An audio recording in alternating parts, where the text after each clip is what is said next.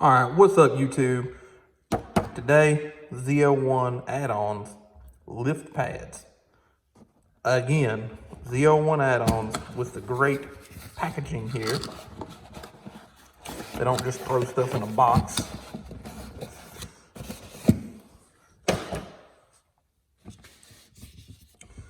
Nice foam piece here, which I guess the packaging really doesn't matter how beautiful it is, because once you stick them on the car, you're not going to use the package anymore.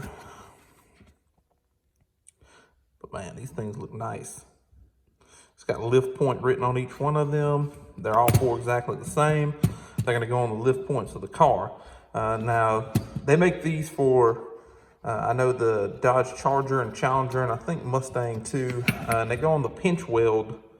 And this right here is a lift point to keep you from messing up your pinch welds. And on my 2016 and 2018 Charger, I opted not to get these, and I rolled the pinch weld all around the car.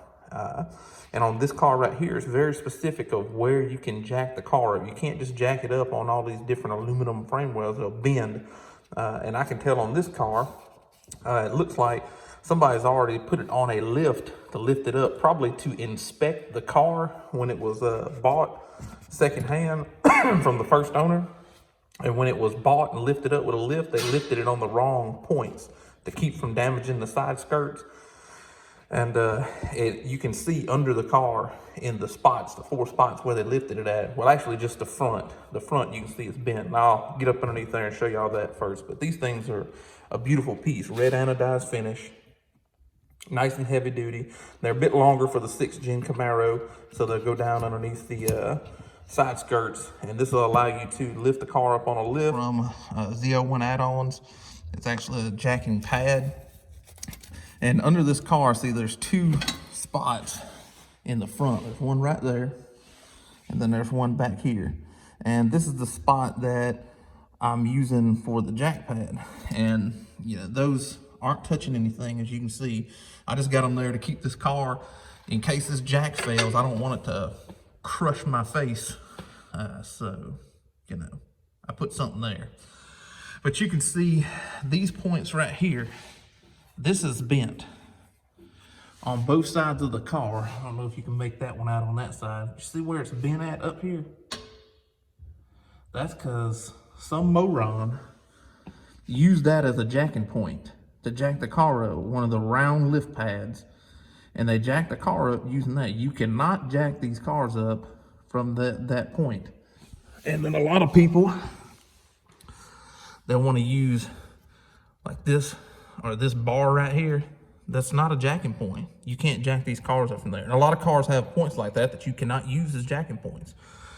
What's meant to be a jacking point is this spot that's cut out right here on this frame rail. Well, what happens is you start jacking on this frame rail right here, and you'll bend this frame rail all up. So that's what the jacking points are gonna go. All right, so taking them out, they even give you a little Allen that goes with it.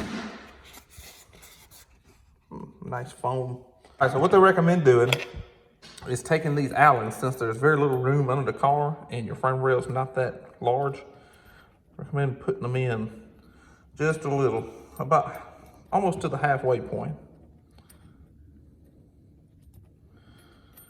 So you want it to look just about like that, because when you're under the car, you're not gonna have but maybe about a half turn out of this Allen, because the bottom of the car is gonna be right here. So you wanna get these things turned in a little bit, get them closer to what your frame rail looks like before you stick them on there, so you're not under the car for an hour and a half turning these Allen screws in. So I'm gonna go get the first one on, get it put on the frame rail, and show y'all what it looks like. There it is. It says lift point. You want to make sure you got that facing out so people can see it when they go to try to lift the car up. They'll be able to see this. There it is. Rear. And there's the front. It's tucked up in there just a little bit more. Side skirt's hanging down. But let's get up underneath the car.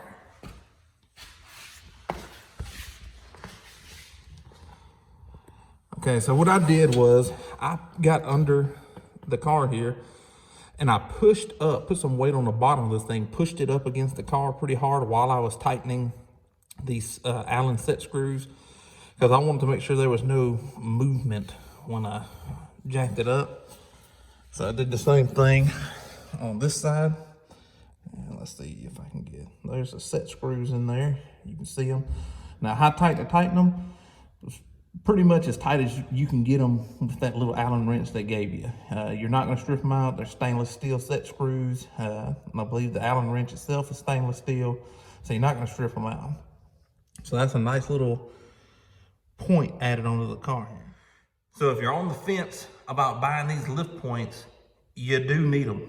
Because like I showed you on this car, some dealership, probably the dealership I bought it from because it was a Porsche dealer and they didn't know any better, when they got the car in and they wanted to do their inspection, used car inspection, they probably jacked it up using the wrong jacking points. And it bent the pieces. So you don't want to be messing up the underside of your car.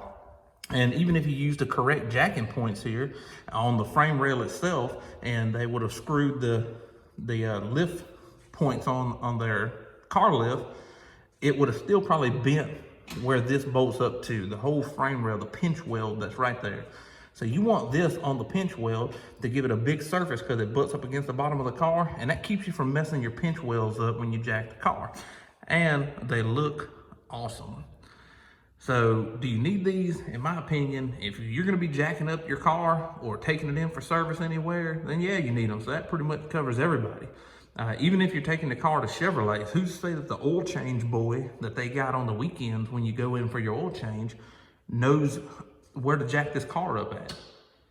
They're probably just setting the lift wherever underneath the car. Same thing this dealer did when they bent the upper portions of the car up there. So these things are awesome. They look awesome. Another great product from ZL1 Add-ons. And now all I have to do is the other stuff. Those of you that's wondering about this from ZL1 Add-ons, it's the mag pad. They sell these for all different vehicles. Again, this goes on the frame rail. It's got strong magnets that hold it on the frame rail and give you a movable jacking point in case you didn't want to spend the money on the high dollar ones that remain on the car. This is a mag pad, but I have both. And there's the jacking point itself that actually I'm using, to jack it up so I can get this shot. So another great product here from ZL1 Add-ons, mag pad. And they also have a puck that they sell that you can slide this in. I think it's a Durlin puck. And you can sit it and it fits into, the little piece that goes on the jack here. And then this would slide into the puck. But with this on my jack, since I don't have a low profile jack, it pretty much doesn't fit under anything. So on my jack itself, I just have it like this. I figure with, 1,500, whatever, 2,000 pounds, somewhere around there, probably more like 1,500 per side. I don't feel like this is, it's got enough friction on it, it ain't gonna fall. Plus I always use jack stands. Whenever I get it jacked up, before I try to get up under it, I always put jack stands under there. Guys, if you're doing work at home, your own garage, which is awesome to do, which is why I make these videos to help folks out that might be a little iffy about doing their own work, use jack stands. Put something under the car to keep it from falling on you. All right, guys, thanks for tuning in for another video of Project ZL1. I got some things to come on the car. I'm actually going to be doing the 1LE upper and lower grille. I don't believe I'm going to be doing the little side pieces here or the canards. I really don't like those. They look cool as shit, but I think as far as functionality, just driving every day, it's just too much for the car. But I do like the upper and lower grills, so I'll be getting that. I'm looking into a coolant expansion tank for the supercharger coolant system. And, of course, there'll be more power adder stuff to come also. So thanks for tuning in. Remember to like, subscribe, share the videos, people that think that, you think may like them.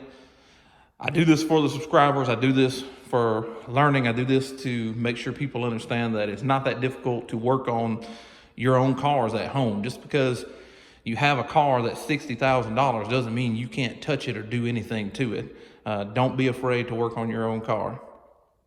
Thanks for tuning in, guys.